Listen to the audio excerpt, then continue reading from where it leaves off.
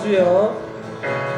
오 주여 당신께 감사하리라. 실로와 내게 주심을 나에게 열어라. 기쁨 속에서 깨이지 않게 하소서.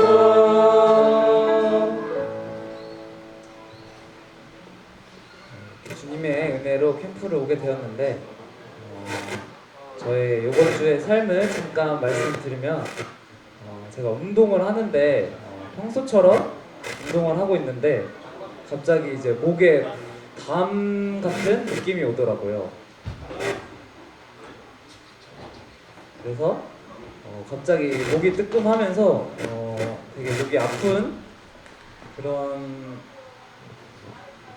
일이 있었는데 그 목에 딱 담이 온 순간 제가 든 생각이 정말 이전처럼 되고 싶다. 아프지 않은 상태로 돌아가고 싶다라는 생각이 바로 들더라고요. 그래서 다친 순간 제가 하고 있던 운동을 할 수가 없기 때문에 그런 좀 안타까운 마음이 들었는데 참 수양회를 이곳에 3년 만에 온 것 같아요. 그래서 참 수양회를 갈 수 없다고 생각이 들었을 때 올 수가 없었을 때 참 수양회를 참 가고 싶다 이러한 생각이 드는 것처럼 저도 이번에 이제 목을 다치게 되면서 좀 예전을 그리워하는 그러한 마음이 들었는데 이렇게 한동안 수양회를 올 수 없다가 이번에 참 이렇게 주님의 은혜로 다시금 이곳에 모여서 수양회를 할 수 있어서 좀 감사가 되는 것 같습니다. 그럼 이어서 찬송가 22장 찬양 드리도록 하겠습니다.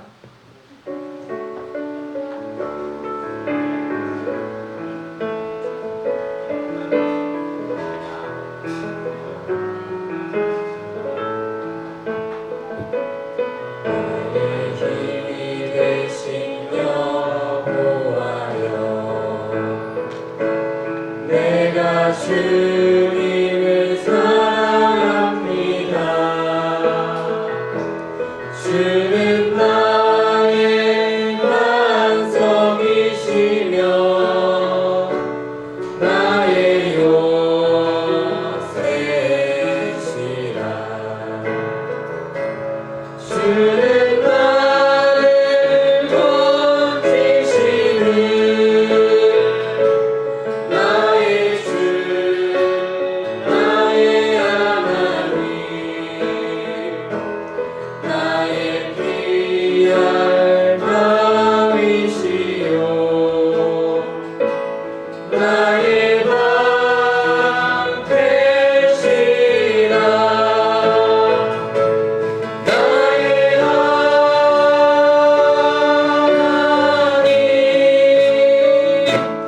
나의 하나님,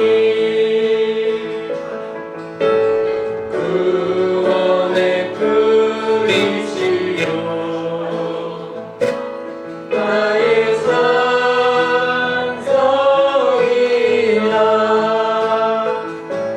나의 하나님,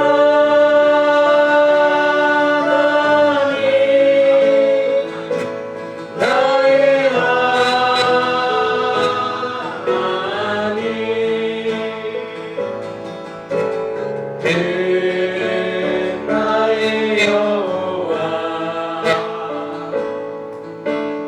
나의 구세주, 나의 생명이신 여호와여, 내가 주님을 찬양합니다. 주는 나의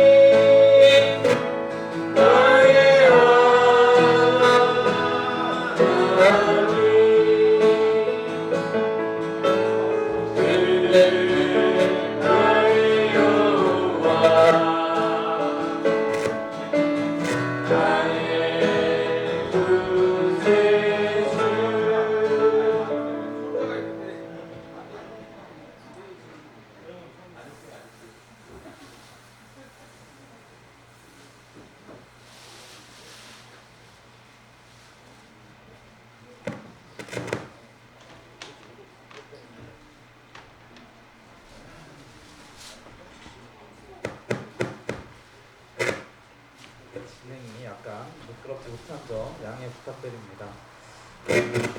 제가 목이 이번 주에 다쳤다 그랬는데 왜 제가 갑자기 똑같은 걸 했는데도 왜 목이 하필 수양에 오는 주에 다쳤을까라는 생각이 들 때 좀 저를 낮추시기 위함이 아닌가라는 생각이 들었어요. 뭔가 마음이 낮아지고 참 이렇게 육신의 어려움이 찾아왔을 때 주님을 더 찾게 되고 주님을 만나게 되는 것을 좀 경험하게 되는데 제가 이 수양에 올 때 이게 너무나도 건강했다라고 한다면 또한 육신의 즐거움이나 기쁨만을 좀 찾지 않았을까라는 생각이 드는데 육신이 낮아지고 또 아픔이 오니까 주님을 찾게 되고 주님을 더욱더 깊게 만나라는 뜻이 아닐까라는 생각을 해보게 되었습니다. 그래서 주님은 하나님은 낮은 자를 기뻐하신다는 것을 생각하면서 여기 편포복 13장 낮은 자의 하나님 찬양드리도록 하겠습니다.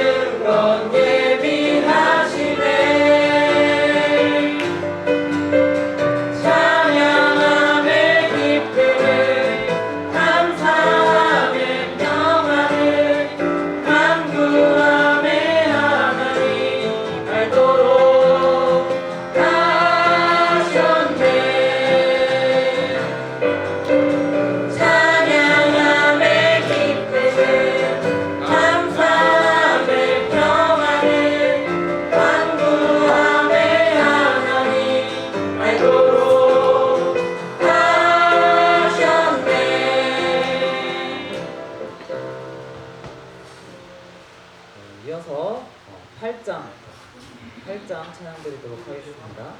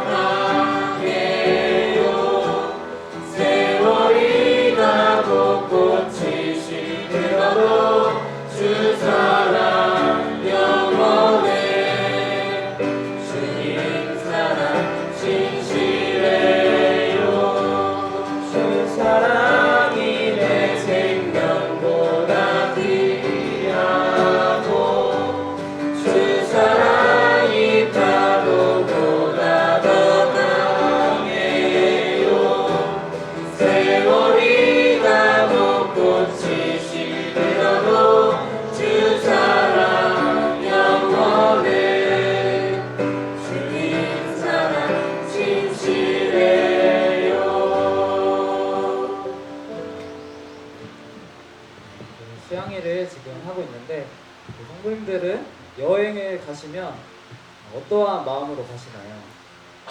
즐겁고 기쁘고 현실에 있던 어려움들을 그곳에 버려두고 오기를 바라는 마음이 있는데 참 저희는 저희의 무겁고 어려운 것을 주님께로 버리고 또 드려야 하지 않나라는 생각이 듭니다. 그래서 지금 수양에 오신 성도님들께서 2박 3일 동안 무겁고 또 어려운 짐들이 있다고 한다면은 또 주님께로 맡기고 또 주님께로 그 짐을 던지는 그러한 또 시간이 되었으면 좋겠습니다. 그러면 그걸 생각하면서 캠프북 31장 캠프북 31장 찬양 드리도록 하겠습니다.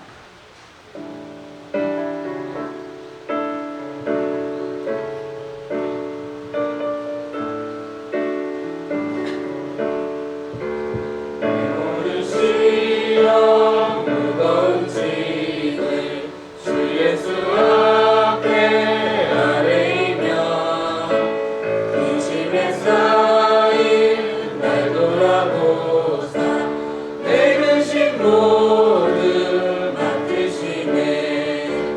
무거운 짐을 나 홀로 지고 견디다 못해 쓰러질 때 불쌍히 여겨 구원의 주님 은혜의 주님 오직 예수 내 모든 괴로움 다치는 환난 주 예수 앞에 아뢰이며 주께서 친히 날 구해주사 넓으신 사랑 베푸시네.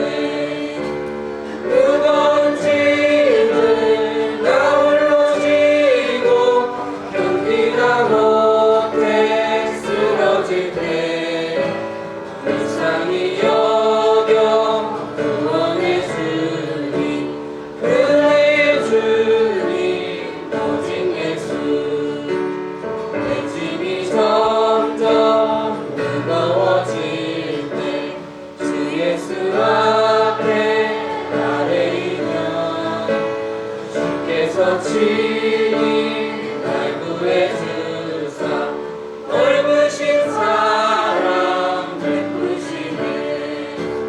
무거운 짐을 나 홀로 지고 견디다 못해 쓰러질 때 불쌍히 여겨 구원의 주님 은혜의 주님 오직 예수 마음의 시험 무서운 죄 주 예수 앞에 아뢰이며 예수는 나의 능력이 되사 세상을 이길 힘주시네. 무거운 짐을 나 홀로 지고 견디다 못해 쓰러질 때 불쌍히 여겨 구원의 주님 은혜의 주님 오직 예수 찬양 시간을 이렇게 갖고 있는데요. 성도님들은 수양회 하면은 가장 기대되는 시간이 무엇이죠? 무엇이죠?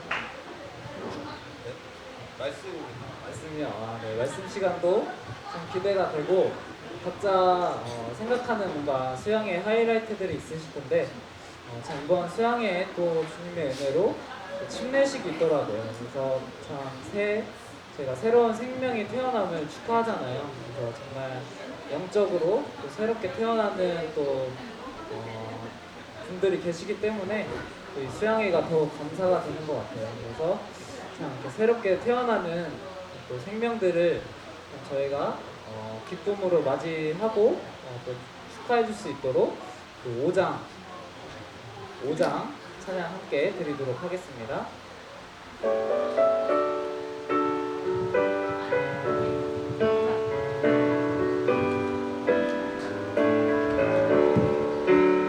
예수는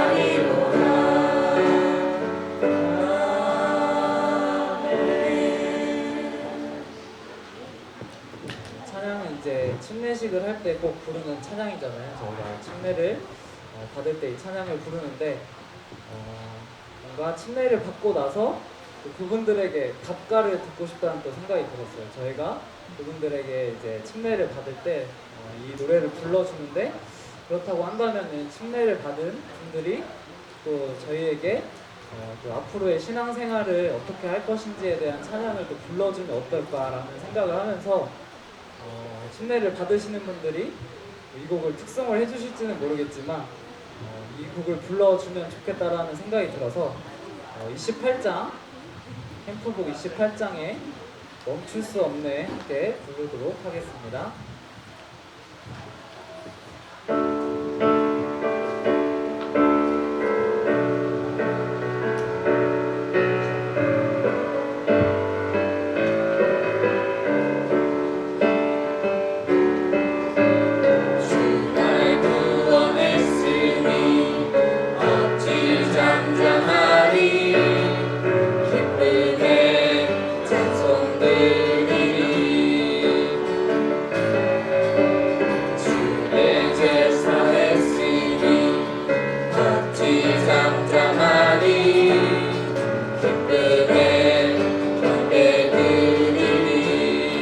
처음부터 다시 보겠습니다. 주날 구원했으니 어찌 잠잠하리 기쁨의 찬송 드리리 주의 제사했으니 어찌 잠잠하리 기쁨의 경배 드리리 주를 향한 나의 사랑 멈출 수 없네 멈출 수 없네 주 기쁨에 춤추리 내 모든 슬픔 바꾸셨네 난 기쁨에 춤추리 내 모든 삶 주 안에 있네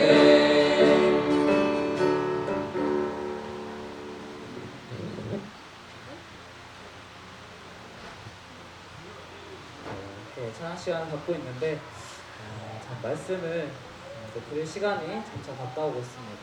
이 말씀으로 저희가 영으로 건강해지는 그러한 시간이 될 수 있었으면 좋겠습니다.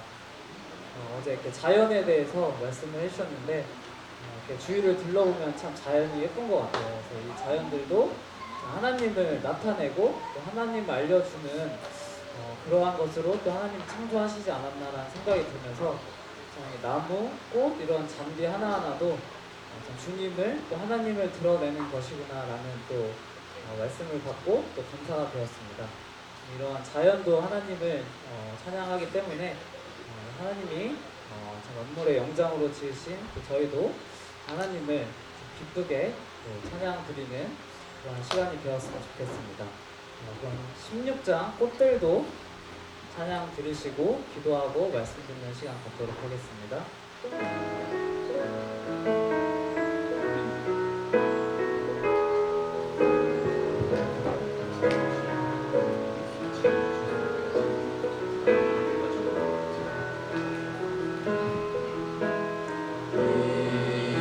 이곳에 생명샘 솟아나 눈물 골짝 지나갈 때에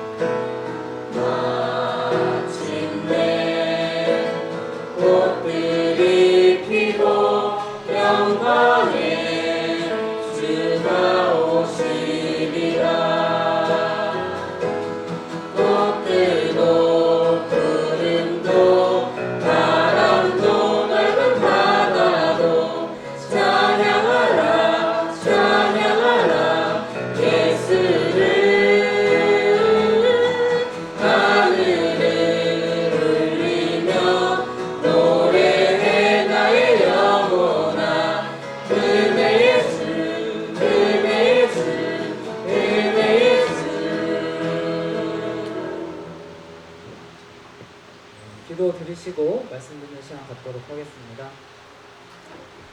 은혜로우신 아버지 하나님 감사드립니다. 또 이 아침에 성도님들을 또 한자리에 모아주심에 감사드리옵나이다.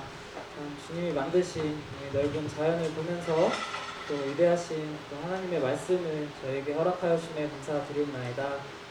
하나님이 지으신 만물이 모두 하나님을 나타내며 찬양하는 것을 볼 때 저희도 하나님을 찬양하며 하나님께 영광을 돌리는 자들로서 살아갈 수 있도록 주님께서 인도하여 주시옵소서. 또 이 시간 선포될 말씀 또한 주님께서 함께하여 주셔서 또 성도들 마음속에 있는 무거운 짐들을 내려놓을 수 있는 말씀이 되며 또 주님을 영접할 수 있는 말씀이 될 수 있도록 주님께서 인도하여 주시옵소서. 또 말씀을 전하시는 강사님의 입술도 주님께서 주장하여 주시기 원하올 때 살아계신 주 예수 그리스도의 이름으로 감사하며 기도드리옵나이다. 아멘.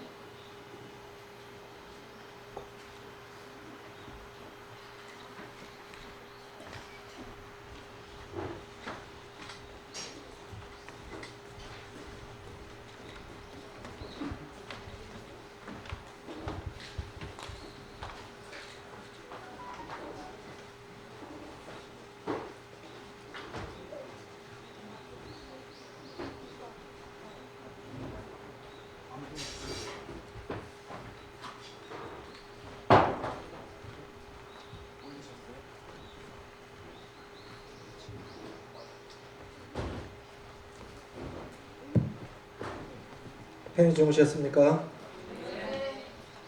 우리 형제님이 그 음향 기기들 다 갖고 오셔갖고 굉장히 좋습니다.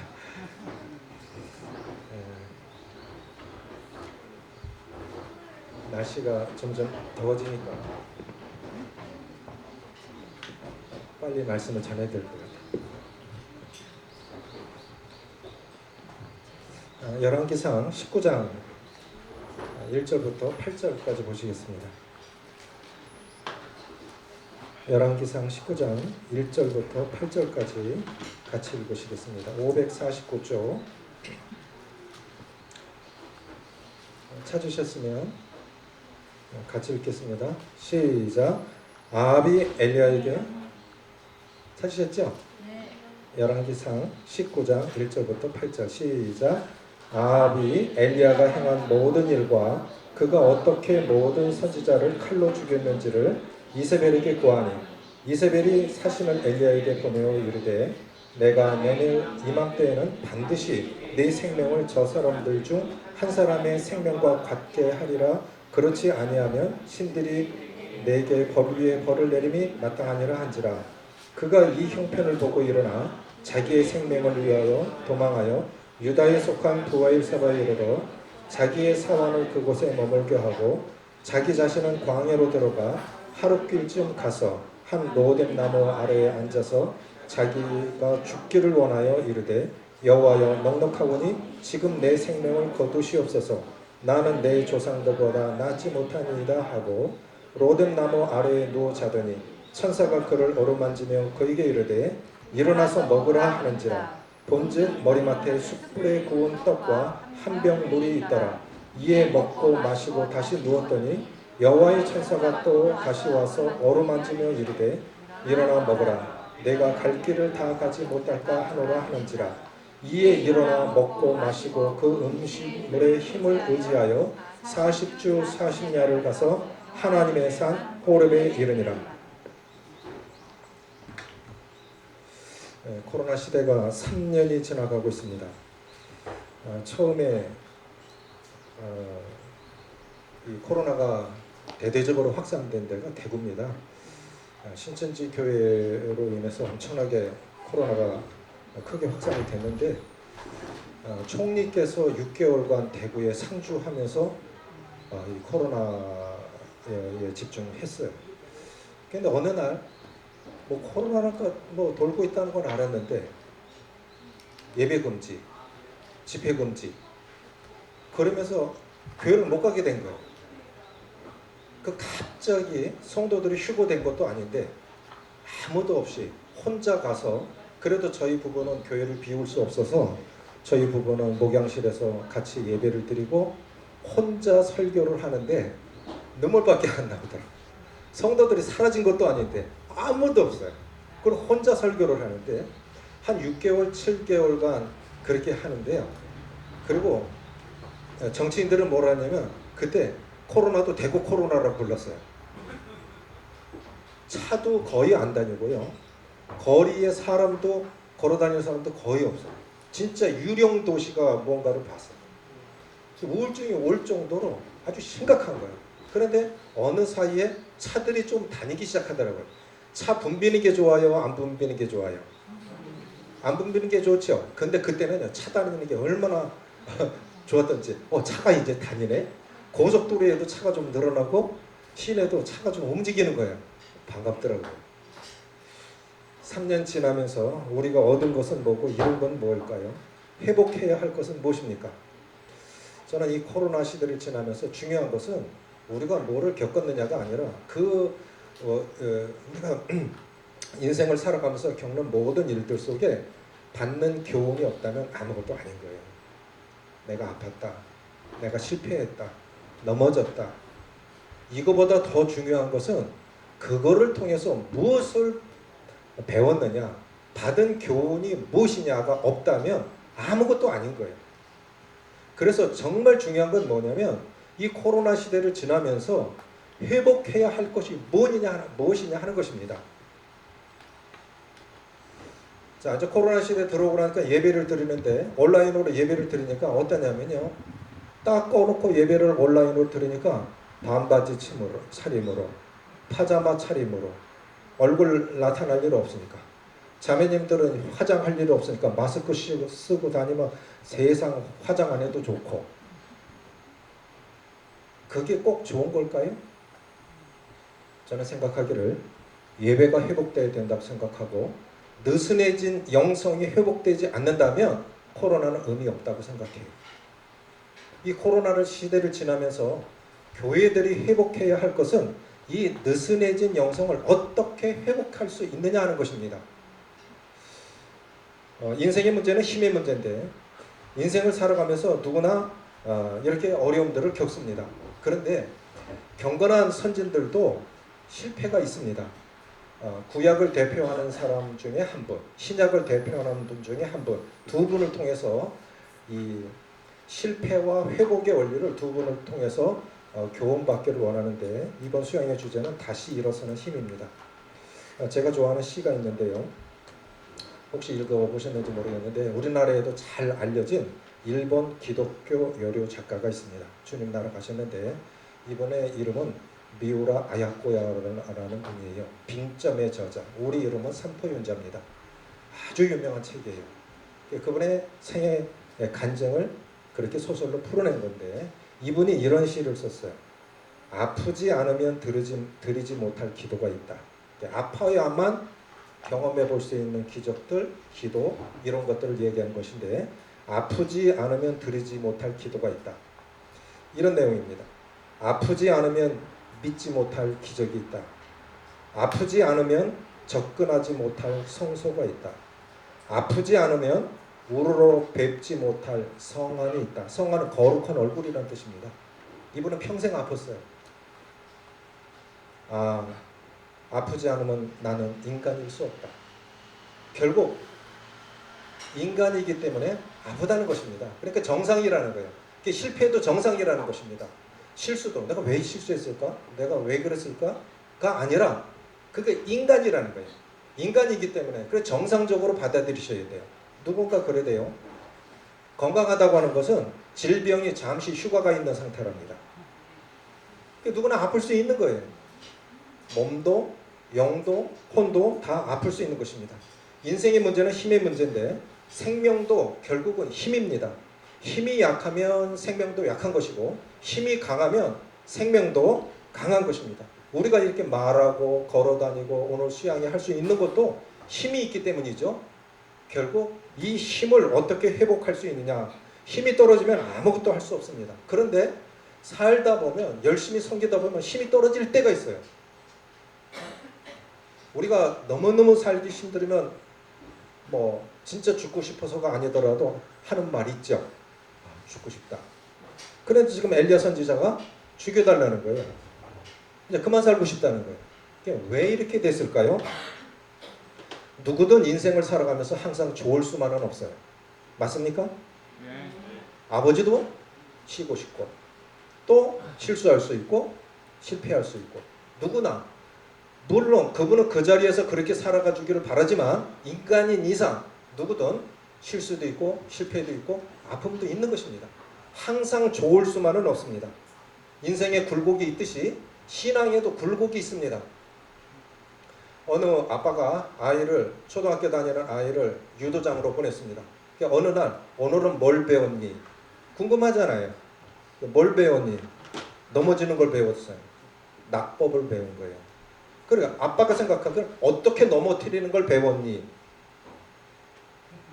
이걸 원하죠. 그렇죠? 우리가 원하는 건 내 아이가 넘어지는 게 아니라 내 아이가 남을 쓰러뜨리는 걸 배우기를 원했을 거예요. 근데 의외로 아이가 한 거는 넘어지는 걸 배웠어요. 낙법을 배웠다는 거예요. 그런데 유도는 잡아 넘어뜨리잖아요. 낙법을 잘 배우면 안 다칩니다. 어려서 고양이를 키웠어요.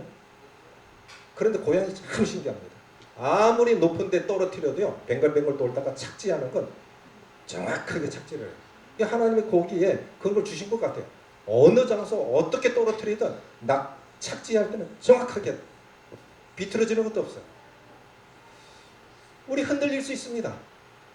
흔들리지 않고 피는 꽃이 어디 있을까요? 도종환 시인의 흔들리지 않고 피는 꽃. 우린 다 흔들림에 피고 흔들림에 살아갑니다. 그런데 성경에도 보면 의인은 7번 넘어질지라도 다시 일어서는 거예요. 이게 건강한 신앙입니다. 안 흔들리는 게 아니에요. 그래 아빠가 아이를 통해서 배운 건 뭐냐면 나는 지금까지 안 넘어지려고 애썼는데 아이를 통해서 배운 게 많았다. 나는 안 넘어지려고만 애썼지 어떻게 넘어지고 넘어져서 어떻게 일어나는 법은 못 배웠다. 근데 아이를 통해서 아이가 유도장에 가서 배운 걸 통해서 내 신앙을 배웠다 했어요. 우리는 어떨 때 내 자리가 있어요. 내 위치가 있습니다. 내가 살아온 날들이 있어요. 그래서 남들 앞에서 안 넘어지려고 좋지 않은 모습 안 보여주려고 안 넘어지려고 애를 썼는데 넘어질 수 있는 것입니다. 우리는 사람이에요. 중요한 건 다시 일어서는 힘이 중요한 것이라고 그렇게 생각이 되집니다. 자, 엘리야가 3년 하늘을 닫기도 하고 열기도 했던 또 하늘에서 불을 내리기도 했던 주님께서 변화산상에서 두 분과 대화를 하셨죠. 누구입니까? 모세와 엘리야죠. 요 두 분이 구약을 대표하는 분들입니다. 모세는 율법을 대표하고 엘리야는 선지자를 대표하는 것입니다. 그래서 결국 구약은 율법과 선지서예요. 그러니까 그 구약을 대표하는 사람 중에 한 분이 엘리야라고요. 근데 엘리야가 지금 어떻게 나 죽여달라는 거예요. 그럼 이것이 진짜 엘리야입니까? 아니면 갈멜산에서 850대 1인가요? 그 바알 선지자와 아세라 선지자들 850대 1로 목숨 걸고 모험을 해서 하늘에서 불을 내린 그 승리하는 모습이 진짜 엘리야일까요? 어디가 진짜 엘리야일까요? 이렇게 죽여달라고 실패한 그 모습이 엘리야일까요? 승리하는 그 모습이 엘리야일까요? 두 개 다예요. 두 개 다가 엘리야예요. 어느 분이 뭐라 하시냐면 따라해 보십시오. 장점과 단점은 일란성 쌍둥이다. 근데 우리는 어떻게 보냐면 한쪽만 보는 거예요. 일란성 쌍둥이라고. 다 나인 거예요. 하나에서 둘이 보인 거라고. 이것도 그분 모습이고 이것도 그분 모습이에요. 아, 저 성질 갖고도 주님을 섬겼구나. 그러니 얼마나 애썼을까? 속 썩었겠지. 그렇지 않겠습니까? 성격과 기질은 안 바뀌더라고요. 그 성격 그대로 주님 베드로 급한 거 그대로 쓰셨어요. 근데 성령이 계시고 다듬어졌기 때문에 하나님은 더 크게 쓰신 거죠. 장점과 단점은 일란성 쌍둥이입니다. 그러면 이 엘리야는 왜 실패한 것일까요? 그 위대한 병거 타고 죽음을 보지 않고 올려왔던 이 엘리야는 왜 지금 나 죽여주십시오, 죽여달라는 이러한 실패의 모습을 보이고 있는 것일까요? 이건 이제 그래서 이 다시 일어서는 힘은 다시 말하면 실패와 회복의 원리입니다. 어느 장소에서 넘어지는가, 어떨 때 넘어지는가, 우리도 예외가 아닙니다. 실패와 회복의 원리가 다시 일어서는 힘입니다. 그럼 실패의 원인은 무엇일까요? 첫째는 과중한 사역이에요. 과중한 사역. 지칠만 하지요. 홀로 그 많은 사역을 3년 6개월간 기다리고 또 이 많은 일들을 해냈으니까 얼마나 힘들었겠습니까? 제가 찾지 않습니다. 히브리서 10장 3절에 보면 너희가 피곤하여 낙심하지 않기 위하여 죄인들이 이같이 자기에게 거역한 일을 참으신 자를 생각하라. 자, 보십시오. 뭐가 먼저 나옵니까? 너희가 피곤하여. 그 다음에 뭐가 나오죠? 낙심하지 않기 위하여. 그러니까 피곤하면 낙심이 따라온다는 거예요. 인간은 그럴 수밖에 없다는 거예요. 이게 과중한 사역. 그것이 무엇이든 너무 많이 일하면 쓰러지게 돼 있어요. 그 육체의 한계, 영혼의 한계가 온 것입니다. 어느 정도의 피곤은 누구나 경험할 수 있는 일이지만 피곤이 과중하면 쓰러지게 돼 있습니다. 우리는 신이 아니죠. 두 번째는 뭐냐면 시선 집중을 못한 거예요. 시선 집중 착오. 전날에는 하나님만 바라봤어요. 생각해 보십시오. 그리시네가에서 이제 훈련을 받았어요. 그리시네가에서 훈련을 받는데 나중에 물이 마르니까 하나님이 이제 까마귀를 통해서 먹을 걸 공급하시다가 사르밧 과부에게로 가래요. 생각해 보십시오. 건장한 남자가 다른 사람도 아닌 과부가 마지막으로 아들과 함께 마지막 한 끼 먹고 죽겠다고 하는 것을 달라고 말하기가 쉽겠어요? 저는 못 갈 것 같아요. 근데 죽으면 죽었지 어떻게 다른 사람도 아닌 과부에게 하나밖에 없는 아들 먹이려고 마지막 한 끼 아들에게 먹이고 죽으려고 하는 그걸 달라. 자기에게 먼저 달라. 어떻게 얘기합니까? 주님이 약속하신 거예요. 그 집에 가서 공개함을 받으라. 계속 공급할 거다. 떡도 기름도 떨어지지 않을 것이다. 먼저 나한테 달라는 거예요. 그리고요 물도 가져오래요. 근데 그 집 어떻게 됐습니까? 가뭄 끝날 때까지 밀가루 공급 끊이지 않고 계속 이어졌죠. 그렇죠? 따라해보세요. 말씀대로 하였더니 말씀대로 되더라. 아멘이십니까? 아멘이세요? 우리 그거 붙잡고 약하지만 그 말씀 붙잡고 여기까지 온 거잖아요. 그러니까 엘리야가 한 말대로 되었더니 엘리야가 한 말처럼 되었더라. 이게 사르밧 과부의 고백이에요. 그 주님도 사르밧 과부를 인용하시지 않습니까? 엘리야 시대에 3년 6개월 동안 과문이 있었지만 유일하게 구원받은 사람은 사르밧 과부밖에 더 있냐. 그리고 말씀대로 하면 여전히 말씀은 능력이신 거예요. 이 시대에도 신학교 공부를 하는 형제님이 계신데 교수님이 이런 얘기를 했다는 거예요. 저도 텔레비나 이런 데 통해서 코로나 시대 3년 동안 들어오면서 기독교 인구가 30% 줄고 재정도 30% 줄었다는 소식은 들었어요. 그렇다고 믿어요. 그런데 모임들은 하나도 안 움직였어요. 저희는 코로나 시대 들어오고 나서 재정이 20% 늘었어요. 그 성도들은 굉장히 자부심을 갖고 있어요. 이게 모임의 특징이지. 기적이지. 이게 어떻게 일어날 수 있어요? 1년에 그 코로나 시대 1년에 2번씩 침례했고요. 이게 다른 거예요. 그런데 그 교수님이 하신 말씀이 교회가 30% 없어졌다는 거예요. 제가 충격을 받았어요. 모든 교단 포함해서 한국 교회가 30%가 없어졌다는 거예요. 그게 왜 그럴까? 첫째, 생명의 문제. 진짜 그들이 구원받은 사람들이었을까? 두 번째, 정말 그 사람들은 말씀을 붙잡고 가는 사람들일까? 구원받고 말씀을 붙잡고 가는 사람들일 것 같으면 상황이 어때도 안 흔들려야 되잖아요. 그렇지 않습니까? 오히려 지상의 상황이 가혹할수록 말씀의 뿌리를 더 깊이 내려야 되는 거 아닙니까? 시편 1편에 여호와의 말씀을 주야로 묵상하는 자는 시조를 쫓아 과실을 맺은 것과 같이. 오래전에 신문에 SK에서 광고를 냈는데요. 스크랩 못 해놨는데 그거 참 아쉬운데 이 중동 사람들은 베두인들은 양치는 사람들을 베두인이라고 해요. 그 사람들은 아파트를 주어도 그 아파트에 양 기르고 자기가 안 들어가요. 그런 사람들인데 건기 때는 풀이 모래 속으로 숨는다고요. 그런데 목동은 그걸 찾아내야 돼요. 양 살리려면. 그 신기하게 찾아내요. 그런데요, 그 뿌리를 얼마나 깊이 뿌리를 내렸는가, 이거를 신문에 난 광고 내용이 200m까지 내려갔대. 이해가 안 갈 정도죠. 저는 그리스도인이 그렇다고 봐요. 그리스도인들은 지상의 조건이 상황에 가혹할수록 주님께 더 깊이 뿌리 내리는 사람들이라고 생각이 되죠. 그런데 그런 엘리야가 왜 죽고 싶다 했을까요? 하나님 바라보는 데서 이세벨을 바라는 거예요. 그리스도인들이 넘어지는 건, 사람들이 넘어지는 건 바위에 걸려서 넘어지지 않습니다. 돌멩이에 걸려서 넘어져요.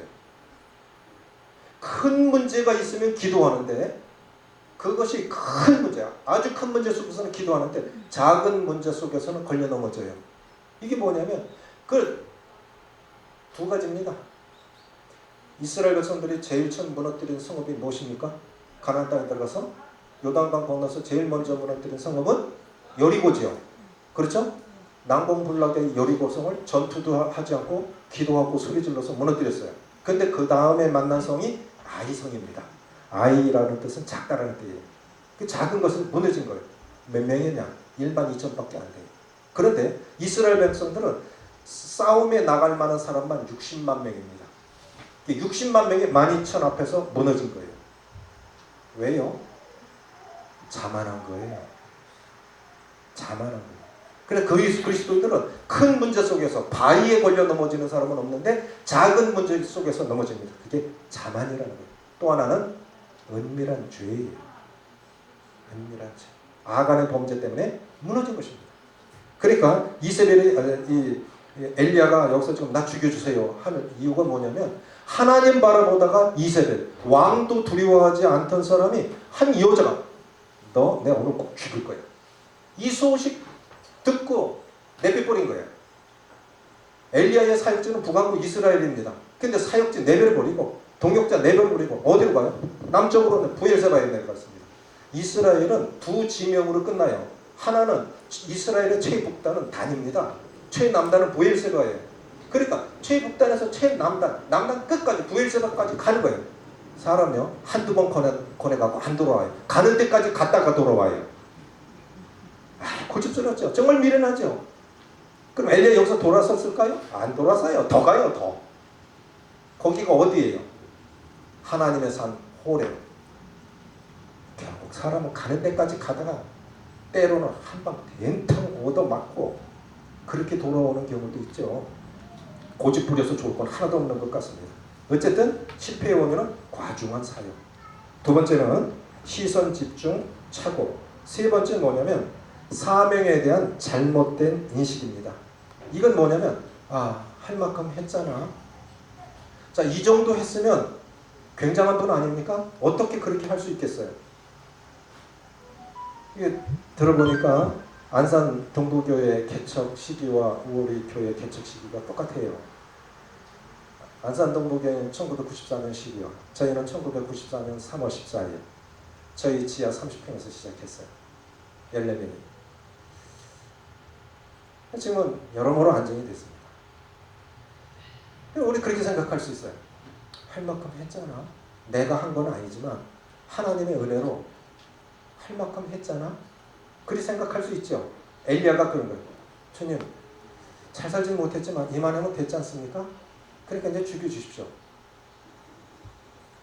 사명에 대해서 잘못 생각하고 있는 거예요. 저는 이렇게 생각합니다. 이렇게 생각합니다. 죽는 날이 사명 완성하는 날이 아니고 사명 완성하는 날이 죽는 날이 되라고 기도하십시오. 비슷한 것 같죠? 전혀 달라요. 죽는 날이 사명, 언젠간 죽어요. 어디서든 죽어요. 언제 죽을지 몰라요. 죽는 날이 사명 완성하는 날이 아니라 사명 완성하는 날이 죽는 날이 되게 해달라고 기도하면 사명자로 살아가는 거예요. 힘들다고. 그럼 힘들면 다 죽어야 되나요? 엘리야는 지금 왜 죽고자 하는 것입니까? 너무 지쳤어. 그러니까 자그마한 여자 목소리 하나에 이제 죽고 싶다고 한 거거든요. 그럼 힘들으면 다 죽어야 돼요. 사명을 잘못 생각하고 있는 거예요. 우리가 지금 살아있다고 하는 것은 아직 사명이 남아있다는 뜻입니다. 저희 장모님 올해 97세인데요. 97세 살아있는 사람도 별로 없어요. 맞죠? 그러니까 얼마나 힘들어하겠습니까? 하루하루 보내는 거를 그냥 말씀으로 살지만 굉장히 하루하루 버티는 걸 힘들어 하세요. 그리고 제가 장모님한테 저도 가고 매일매일 집사람도 가는데 장모님 저희 위해서 기도하시고요. 아직 기도할 때 그걸 다 아는데 힘들다. 그래서 제가 한 10년 전부터 장모님을 위해서 기도하는 건 제가 이제 12월 달에 퇴임하는데 하나님 우리 장모님 제 퇴임할 때까지만 살아 계셔서 기도할 수 있게 해주십시오. 그렇게 기도를 했는데 그러면 오래 돌아가시라는 뜻이죠. 맞아요? 안 맞아요? 제 퇴임할 때까지만 살아 계시라고 기도했으니까 오래 돌아가시라는 소리죠. 얼마를 사는 건 의미가 없는 것 같아요. 중요한 것은 내가 사명자로 살아가는 것이 그것이 참 중요한 것이라고 생각이 되는데 기억하십시오. 너무 일 많이 하면 지칩니다. 그러면 쓰러지게 돼 있어요. 그래서 이 과중한 사역, 시선 집중 착오, 사명에 대한 잘못된 인식으로 인해서 이제 쓰러진 것입니다. 그러면 다시 일어나는 힘은 무엇일까요? 이것이 중요한 것이라고 생각이 되죠. 5절 같이 읽습니다. 5절 시작. 로뎀나무 아래에 누워 자더니. 자, 저는 여기 안산 동북에 캠프 북부에서 참 잘했다 싶어요. 쉬는 시간 굉장히 많대요. 쉬는 시간 굉장히 많대요. 그게 휴가예요. 근데 휴가를 하는 교회가 있고 복음 집회를 하는 교회가 있어요. 수양에 가서도 엄청나게 그냥 힘들게 하는 데 있고요. 한번 보십시오. 세계 여행을 합니다. 해외 여행을 하는데 패키지로 가요. 자, 모여 사진 찍고 버스 타 찍고. 여행이 아니라 이거는 일로 가지요. 근데 서양 사람들은 휴가도 달라요. 똑같이 여행을 하는데도요. 보면은 배를 타도요. 그분들은 꼭대기층 선상으로 올라가서 그리고 유럽 사람들은 거의 그들 손에 책이 들려 있어요. 책이 들려 있어서 아는 것만큼 축복입니다. 여행을 갔다 왔는데도 사진 찍은 것밖에 몰라. 그 문화도 모르고 거기 유래도 모르고 아무것도 몰라. 그건 꽝인 거예요. 이 사진만 남는 거. 그래, 남는 거 사진밖에 없어. 남는 거 사진밖에 없어. 왜 갔다 왔는지도 모르고 거기 유래도 몰라. 받은 교훈도 없고. 우리는 휴가를 가도 일처럼 다닌다고요. 휴가를 가도. 이 쉼이 왜 중요한 것이냐면 엘리야가 지금 로뎀나무 아래 누워 자더니 그랬잖아요. 쉬는 것이 왜 중요하냐면 저희 아버님이 참 방탕하게 사셔가지고 저는 반대로 살아야지. 나는 아버지처럼 살지 말아야지. 그렇게 됐는데 그게 또 병이 된 거예요. 치우치면 병이 됩니다. 일 중독자처럼 살았어요. 나는 아버지처럼 안 살아야지. 그래서 운동을 해도 9시, 10시 대에 운동을 합니다. 왜 그렇게 하냐? 성도들이 이제 다 퇴근했겠지. 신방을 다녀도 그 시각에 다니고 운동을 해도 그 시각이에요. 그래 우리 아이들 어렸을 때 생각은 무서운 것밖에 생각 안 난대. 밤이면 성도들 퇴근해야 신방을 할 수 있으니까. 그래 어린애들 놔두고 신방 다니는 거예요. 그러던 어느 날 우리 김철희님 모친님도 그거 겪으셨다고 했는데요. 신방을 갔다 오는데 눈이 내려와요. 한쪽 눈이. 오른쪽 눈이 내려와요. 이상하다. 이게 안 올라가네. 이 집에까지 갈 수 있겠나? 겨우 집에까지 운전을 하고 왔어요. 그래 한의대 교수 자매님이 이 소식을 듣고 산삼을 갖고 왔어요. 자기 형부에게도 안 주는 산삼을 제가 먹은 거예요. 엄청나게 비싸죠 산삼. 그걸 갖고 왔는데 그 자매님이 뭐라 하셨냐면 형제님 꼼짝 말고 집을 병실 삼아서 꼼짝 말고 일주일간 누워있어요. 움직이면 안 돼요. 내 말 꼭 들으세요. 그때 산삼 먹고 나서 눈이 번쩍 뜨요. 다음 날부터 또 빡 따요. 그 다음 날 완전히 내려앉아 버렸어요. 눈이 내려앉았어요. 그래 애끄러로 설교할 수는 없잖아요. 그래갖고 3달인가 4달 동안 설교를 못했어요. 매일같이 침 맞으러 다니고. 그런데요, 기도가 되는 거예요. 아직 젊은데 눈이 내려앉았다. 이 애꾸너로 그렇다고 뭐 이거 가리고 다닐 수도 없고. 그런데 치과 자매님의 남편이 한의사예요. 그래 매일 가서 이제 침을 맞는데 참 신기한 게요. 어느 날 오른쪽 눈꺼풀이 바로 떨기 시작해요. 열릴 수 있겠구나. 그리고 기도하면서 계속 침을 맞는데 이제 눈꺼풀이 반은 올라갔어요. 한의사 한의대학교 교수 자매님 하신 말씀이 눈꺼풀이 내려온 게 축복입니다. 왜요? 그랬더니 눈동자를 보호하기 위해서 셔터가 내려온 거예요. 그게 눈꺼풀이 안 덮였으면 눈 끝난 겁니다. 그래서 안에서 먼저 눈동자가 회복이 되기 시작하면 셔터가 올라갈 겁니다. 맞아요. 그런데 신기한 건요. 눈꺼풀이 잠깐 올라가는데 처음에 동공이 열어보니까 동공이 동태눈처럼 확 커져버렸어요. 동공이 햇볕에 나가면 줄어들고 어두운 데면 열려야 되잖아요. 이게 고장나버린 거예요. 확 풀어졌다가 줄어들기 시작하는데 6개월 안에 회복 안 되면 평생 그냥 가는 거래요. 그런데 신기한 게요. 눈동자가 오른쪽으로 돌아버린 거예요. 사팔뛰기처럼. 집사람 운전을 하고 제가 조수석에 앉아있는데 백미러를 보면 차가 나한테 달리더라고. 카멜레온처럼 이게 눈동자가 열리 돌아가 버렸으니까 그러니까 이렇게 떠진 게 또 부끄러워. 요 정도는 요게 있고 눈동자 일리 돌아가 버렸으니까 또 떠진 게 창피한 거예요. 이게 되겠나? 이게 되겠나? 근데 결국 돌아오긴 했는데 완전히 줄어들어야 되는데 50%에서 멈춰버린 거예요. 50%에서 멈춰버려가지고 제가 햇빛에 나가면 어지러워요. 눈이 반이 열려 있으니까. 그래서 내 안경을 햇빛에 나가면 선글라스를 아끼는 걸로 아주 좀 비싼 걸로 꼈죠. 그래서 이렇게 살고 있는데 쉼이 정말 중요한 것입니다. 근데 제가 지나고 나서 생각을 해보니까 열심히 사는 거는 맞아요. 처음에 이제 30년 전에 28년 전에 제가 프라이드 타고 다니다가 영혼들 많이 모시고 다니면서 복음 전하려 하니까 승합차로 바꿨어요. 에어컨이 안 돼요. 그래갖고 영혼들 태우고 다니니까 어느 날 집에 오니까 바지 허벅지에 소금이 묻어 있어요. 나 소금집에 안 갔다 왔는데 왜 소금이 이렇게 묻어 있지? 땀이 마르니까 소금이 되더라고요. 그래갖고 2년 지나니까 옷을 못 입겠어요. 색이 바래가지고. 열심히 사는 거는 맞아요. 그런데 하나를 몰랐어요. 이 성령의 전인데 끝까지 사명을 감당하기 위해서는 쉴 줄도 알아야 되는데 일만 알았던 거예요.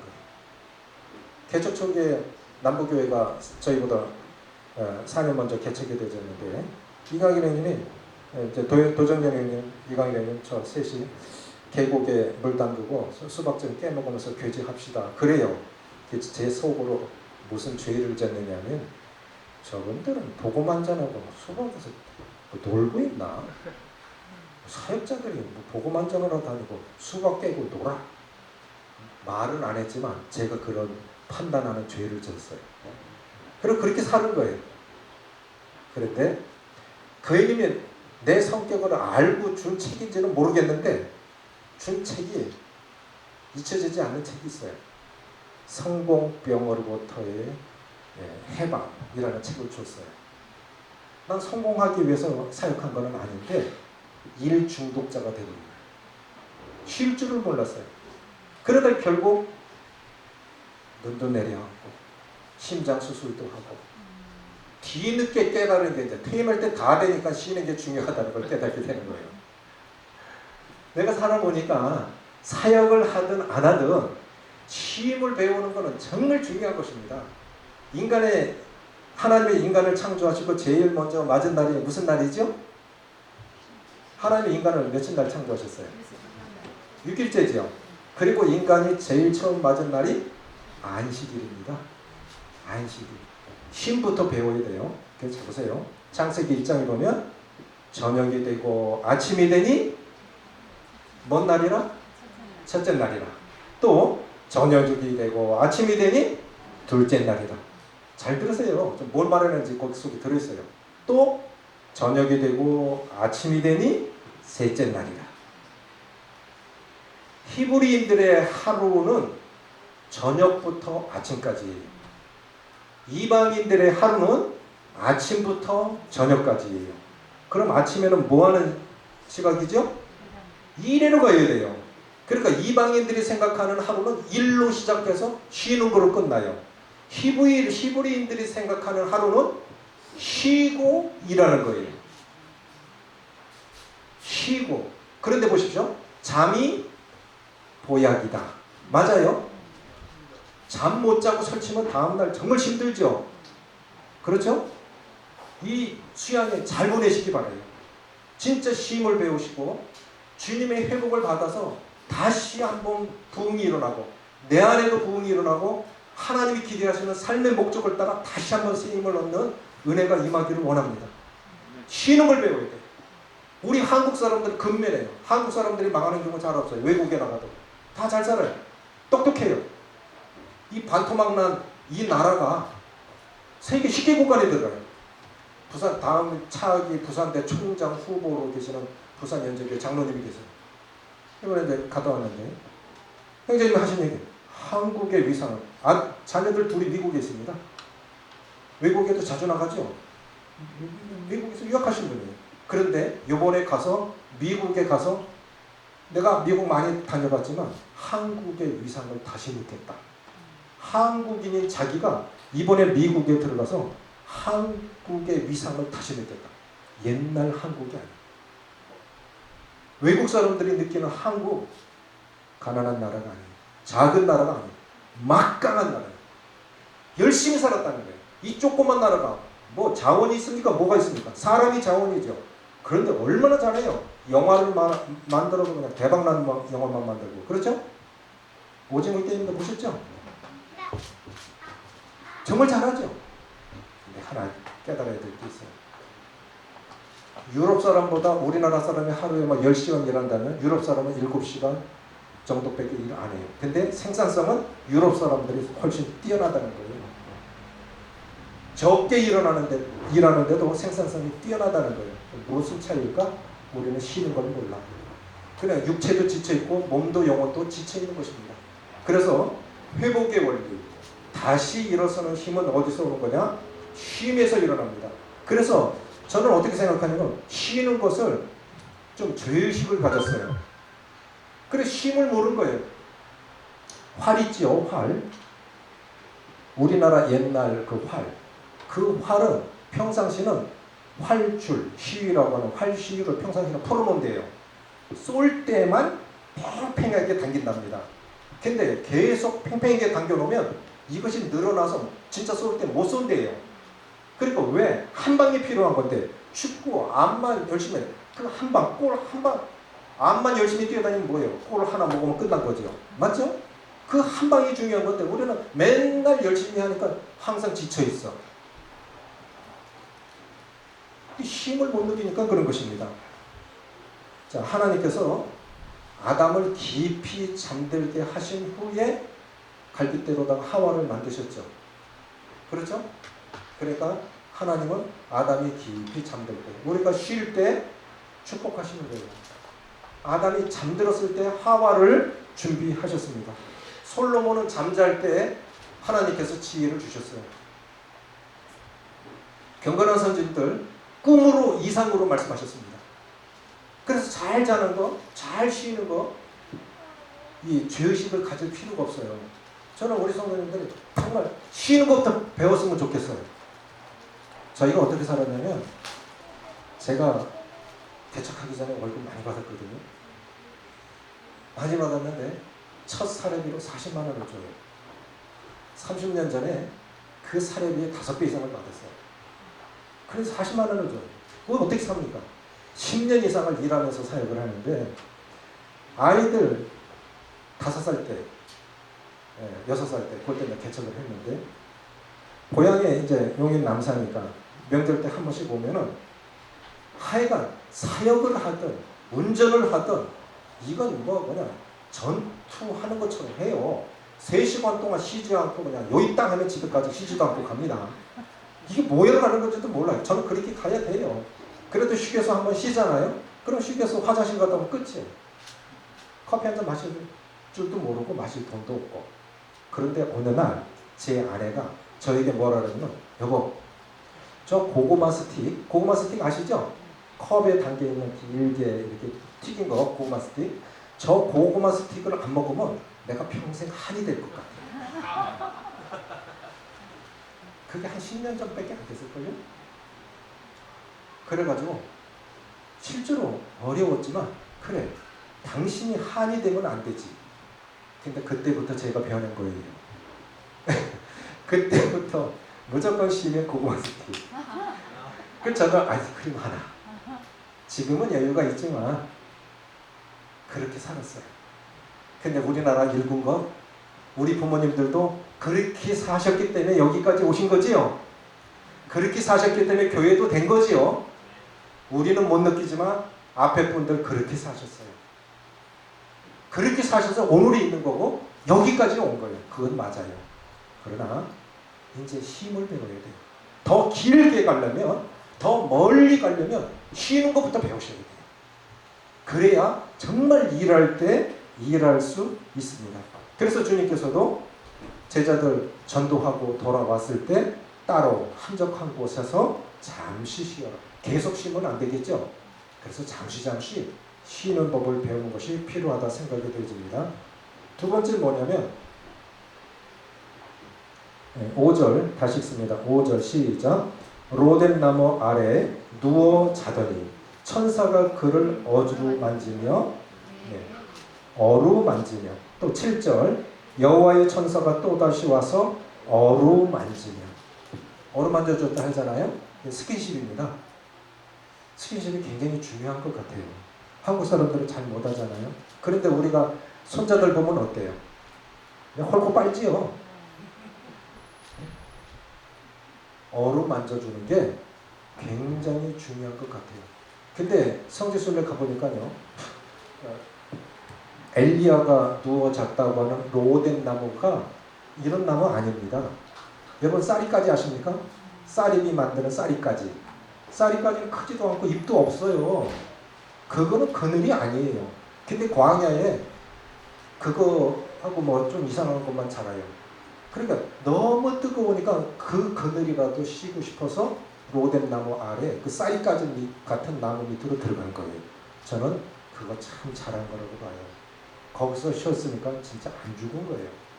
하나님이 멈추라, 쉬라 하시는 사인을 보내실 때 쉬십시오.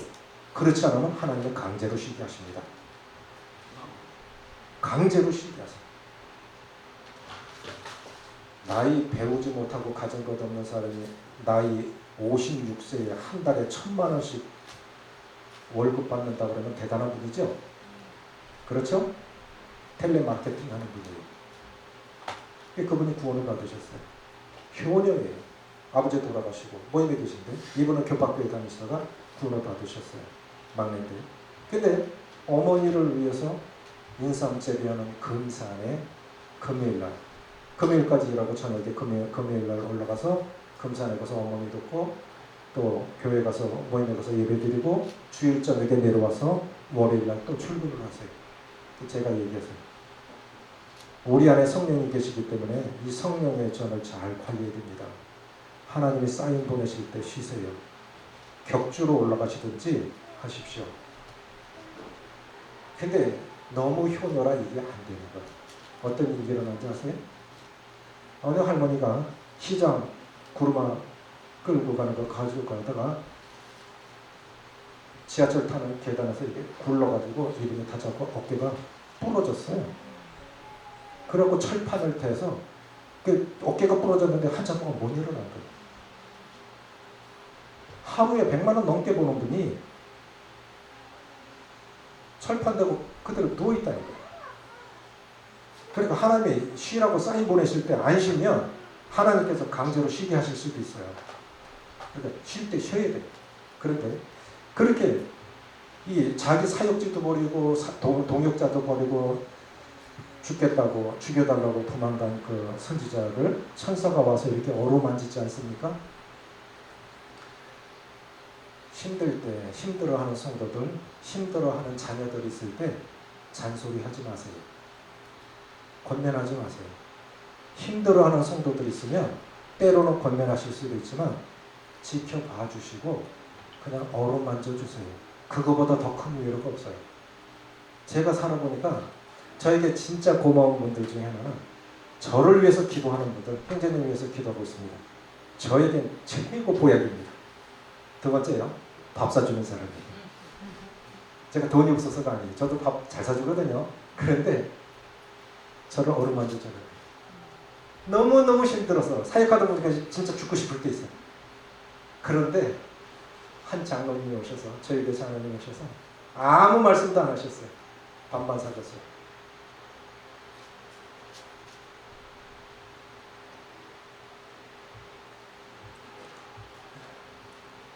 그런데 제가 울었어요. 인생을 저하고 띠동갑이니까 저보다 24년을 더 사시는 장로님 있어요. 다 아시는 거예요. 그 삶이 무엇인지, 무엇이 어려운 것인지 다 아시는 거예요. 한 거 아무것도 없어요. 그냥 밥 사준 거예요. 그런데 제가 엄청나게 위로를 받았어요. 때로 자녀들이 힘들어하면 그냥 지켜봐 주세요. 등 두드려 주시고 잔소리하지 마시고. 그 자녀들 더 힘들게 하는 것입니다. 성도들도 그래요. 그냥 힘들지 기도하고 있어. 밥 한 끼 먹자. 우리 밥 먹으러 가자. 회복의 원리. 그런 엘리야, 구약을 대표하는 엘리야도 무너질 때가 있었습니다. 안 아프다면 인간이 아니에요. 그 엘리야가 일어난 회복의 원리, 첫째는 쉰 거고, 두 번째는 천사가 와서 어루만져 준 거예요. 자, 그러면 이것이 주님께서 그들이 제 천사가 되어준 거예요. 제가 어려웠을 때 밥 사주고 기도한다 하고 이런 분들이 제 천사였습니다. 그러면 그 시대에 엘리야를 회복시켰던 하나님의 회복의 원리와 이것은 오늘날 주님께서 교회를 회복시켜 주시는 원리이고, 우리가 성도들을, 힘들어하는 성도들을 회복시켜 주어야 하는 원리라고요. 너무 열심히 바쁘게 사는 사람들에게 쉬라 하고, 두 번째는 어루만져 주는 거예요. 주님께서 나병 환자에게도 또 이게 봉사에게도 찾아가 주셔서 태초에 말씀이 계시니라. 빛이 있으라. 주님 말씀하시니까 빛이 있었고, 뭐가 있으라. 말씀이 능력이니까 다 그대로 됐어요. 그럼 주님께서 말씀하시면 다 되는 겁니다. 그런 주님이 왜 문둥병자들 보신 적 있습니까? 코에 구멍만 2개 딱 있고요. 깃바퀴가 없어요. 한번 등산을 갔는데 나병 환자가 더 이상 진행이 안 되니까 그렇게 외부 활동도 하겠죠. 그런데요, 이 코뼈가 없어. 이게 코뼈만 있고 이거 없어요. 그럼 생각해 보시면 이거 없으면 우리가 참 볼만하겠죠. 구멍만 꽉 뚫려 있어요. 근데 깃바퀴 없어도 참 사람 이상합니다. 어느 시인이, 한센병 환자 시인이 오늘도 발가락 하나가 떨어졌다. 근데 안 아파요. 이게 문둥병이거든요. 누구도 만지고 싶지 않은 거예요. 가까이 가고 싶지도 않은 거예요. 어느 분이 이제 더 이상 진행 안 되는 그런 분들이 모여 사는 데가 주로 그분들이 많이 하는 게 양계장을 해요. 대구 금교에서도 양계장을 집단으로 하는데 그분들이 모여서 이제 그걸 해요. 근데 거기 가서 일을 해야 됐대요. 그런데 그분들이 음식을 내놨는데 못 먹겠대요. 도저히 못 먹겠대요. 나병 환자 손에서 음식을 해내는데 도저히 못 먹겠대요. 결국은 못 먹었대요. 그리스도인이니까 성의를 생각해서 먹어야 된다고요. 근데 도저히 못 먹겠더래요. 그들이 차려준 밥도 못 먹었는데 하물며 그런 사람에게 손대기가 쉬운 것입니까? 주님은 어떻게 하셨습니까? 아무도 가까이 안 하는 부정한 자이고, 그래서 스스로 부정하다를 오히려 환자 편에서 오지마 나 환자야 이 뜻이거든요. 부정하다 스스로 사람을 격리시켜야 하는 그런 사람인데 주님께서 그 몸에 그 환부에 손을 대신 거예요. 그랬을 때 그 환자가 어떻게 느꼈을까요? 아, 참 따뜻하다. 나에게 이렇게 손을 대주는 사람이 있네. 그런데 의사가 하는 얘기가 뭐냐면 의사나 간호사들이 환자들에게 손을 대고 이렇게 진맥을 하잖아요. 손을 만져주잖아요. 그러면 심장이 막 격렬하게 뛰다가도 안전하게 쫙 내려올 거예요. 우리가 옛날에는 어떻게 했습니까? 애가 아프면 어떻게 합니까? 애기 배는 똥배. 엄마 손은 진짜 약손이에요? 뭐 약 발랐어요? 근데 낫지요? 사람 몸에 손을 대면 희한하게 그런 능력들이 나온대요. 심장이 안정이 되고. 그래서 어루만져 스킨십이 그래서 중요한 거예요. 어루만져 주는 거. 자, 이것이 두 번째 원리입니다. 세 번째 뭐냐면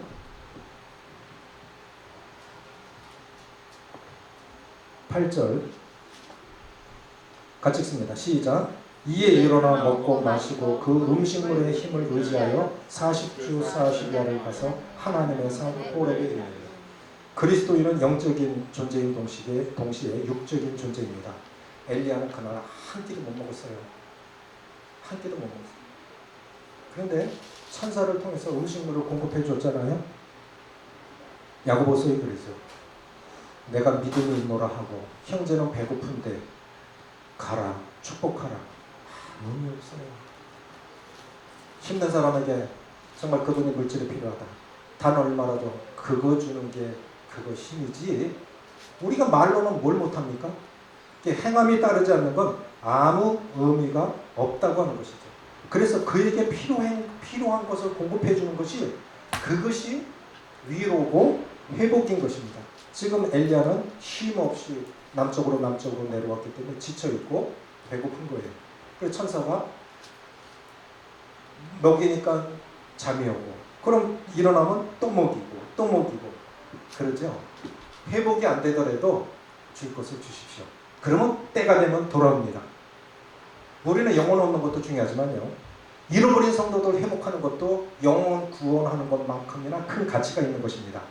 맞습니까? 모세가 뭐라고 그럽니까? 바로가 여자들을 놓고 가. 양은 놓고 가. 그런데 모세가 뭐라고 그러냐면 한 마리도 남기지.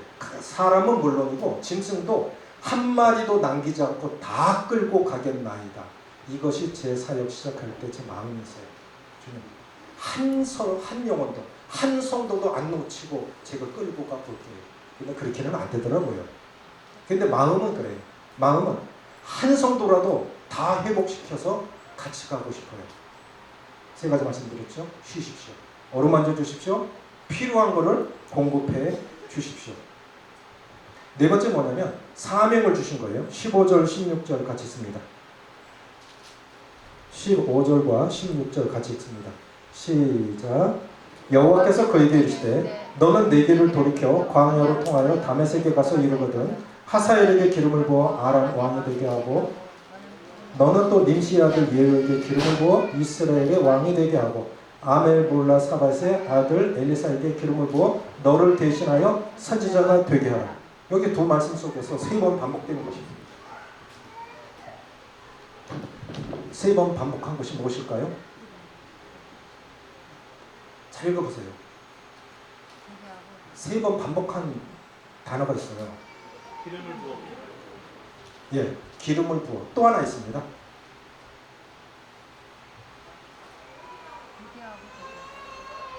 따라해보세요. 되게 하고, 되게 하라. 이게 사명이에요. 이게 사명이에요. 예후에게 기름을 부어 이스라엘 왕이 되게 하고 nim시의 아들 엘사에게 기름을 부어 너를 대신할 선지자가 되게 하라. 하사엘에게 기름을 부어 히레의 왕이 되게 하라. 되게 하고 되게 하라. 이게 사명인 거예요. 그래, 엘리야는 됐습니다. 이 정도면 됐습니다. 이제 죽어도 괜찮을 것 같아요. 죽여주세요. 아니에요. 아직 남아있어요. 아직 남아있어요. 우리가 살아있다고 하는 것은 아직 사명이 있다는 뜻입니다. 코로나가 이렇게 코로나 시대가 아무리 시대가 지나가도 우리에게 코로나 시대에도 사명이 있고 오늘 살아있다고 하는 것은 아직 우리에게 사명이 있다는 거예요. 저는 이제 이렇게 지금 5주째 본교에서 예배 못 드리고 이렇게 다니고 있어요. 그런데 이제 다녀보면 다른 교회 성도들이 물어요. 현재님의 퇴임하고 뭐 하실 거예요? 글쎄, 기도는 하고 있는데 뭔가 퇴직을 퇴임을 리타이어먼트라고 하는데 타이어 바꿔 끼고 다시 뛰는 건데 주님이 뭐 보여주실지는 모르겠어. 네, 타이어 바꿔 끼고 난 다시 뛸 건데 사역은 안 하지만 이 사역은 안 하지만 주님 부르신 날까지 놀지는 않을 거야. 실버 사역을 하든 지역교회를 섬기든 돌아다니면서 어려운 교회를 섬기든 난 쉬지는 않을 거야. 사명자로 살다 죽는 것이 영광입니다. 죽고 싶었던 그 엘리야에게 하나님께서 세 가지 사명을 주시죠. 그렇죠? 아람왕이 시리아에 지금 레바논 옆에 있는 나라가 시리아입니다. 내전하고 있는 시리아. 그 시리아 왕에게 기름을 부으라는 것이고 예후에게 기름을 부어 이스라엘 왕이 되게 하고 엘리사에게 기름을 부어 자신을 대해서 선지자가 되게 하라는 거예요. 그러니까 우리 사명은 뭐냐? 내 자녀들도 하나님께서 주신 하나님의 사람으로 되게 하고 우리 성도들도 그 사람 하나님이 기뻐하시는 하나님의 영광이 되는 사람이 되도록 되게 하고 사역자만이 사역에 큰 사역 작은 사역이 없어요. 좋은 사역 나쁜 사역이 없습니다. 아멘이십니까? 좋은 사역 나쁜 사역이 없어요. 큰 사역 작은 사역이 없어요. 다 중요한 사역입니다. 그것이 교회 사역이든 복음 사역이든 직장 사역이든 가정 사역이든 섬김의 사역이든 사역은 다 중요한 거예요. 그러니까 그 사역 속에서 되게 하고 되게 하라는 거예요. 그래서 우리 요즘 오늘 살아가게 하신 것입니다. 이 얼마예요? 하나님께서 이 두 번째 기회를 주시지 않았다면 엘리야는 성경에 실패한 사역자로 끝났을 거예요. 저는 너무너무 감사한 게요. 우리 삶을 결국 실패했지만 하나님의 영광스러운 이름을 위하여 은혜롭게 마치게 하신다는 거에 정말 아멘이 됩니다. 우리가 어떻게 살든 우리 인생을 그분 보고 싶어. 그 자리가 그리워. 그렇게 좋은 간증을 남기고 갈 수 있도록 우리 삶을 마지막에는 축복하신다고 하는 것입니다. 21절 읽고 마치겠습니다. 21절 시작. 엘리사가 그를 떠나 돌아가서 한 겨릿소를 가져다 잡고 소의 기구를 불살라 그 고기를 삶아 백성에게 주어 먹게 하고 일어나 엘리야를 따르며 수정들더라. 한 겨릿소, 한 겨릿, 두 필이 쟁기 하나를 끌고 가면 한 겨입니다. 12겨이면 24마리를 몰고 간다는 거예요. 그 시대의 가축이 부의 상징이었습니다. 그럼 엘리사가 얼마나 부자예요. 그렇게 부자가 일 안 해도 돼. 그런데 일을 하고 있는 거예요. 다 불살라 번제를 드렸다는 건 자기 것 다 마무리하고 헌신하겠다는 뜻입니다. 이렇게 헌신된 동역자 엘리사가 자기 사역을 계승한다. 이거를 보고 갈 수 있었던 엘리야 얼마나 행복했을까. 저는 후임 사역자로 그렇고 정말 오래 기도했습니다. 10년 전부터 교회 앞에 공개적으로 기도했는데 주님께서 참 귀한 일꾼을 세워주셨어요. 그래서 제가 나와서 다녀도 아무 문제가 없어요. 너무너무 감사해요. 주님께서 우리를 회복시켜 주실 때는 동역자를 붙여주신다는 겁니다. 엘리야는 이렇게 생각했어요. 나만 항상 혼자라고 생각했어요. 근데 잊지 마십시오. 아니에요. 동역자들 나만 남았는데 라고 엘리야는 말했는데 하나님이 하신 말씀 바알에게 무릎 꿇지 아니한 7,000명이 있다. 7,000명이 있다. 나만 교회를 위하는 게 아니에요. 나와 같은 사람들 얼마든지 있습니다. 동역자를 이런 분들 계시구나 이런 분들 계시구나. 그래서 그런 분들 귀히 여기시면서 이 코로나 시대에 회복해야 할 것 쉬시고 또 다른 사람들을 어루만져 주시고 또 하나님께서 보여주신 사람들 사역들 되게 하고 되게 해서 마지막에는 하나님의 영광스러운 그런 은혜롭게 우리 삶이 마감되는 은혜가 안산동복교회 모든 성도들에게 임했으면 좋겠습니다. 기도하시겠습니다. 아버지 하나님, 아프지 않으면 인간일 수 없다고 했던 앞선 그러한 일본의 이 여러 작가 신앙 고백을 생각해 보게 됩니다.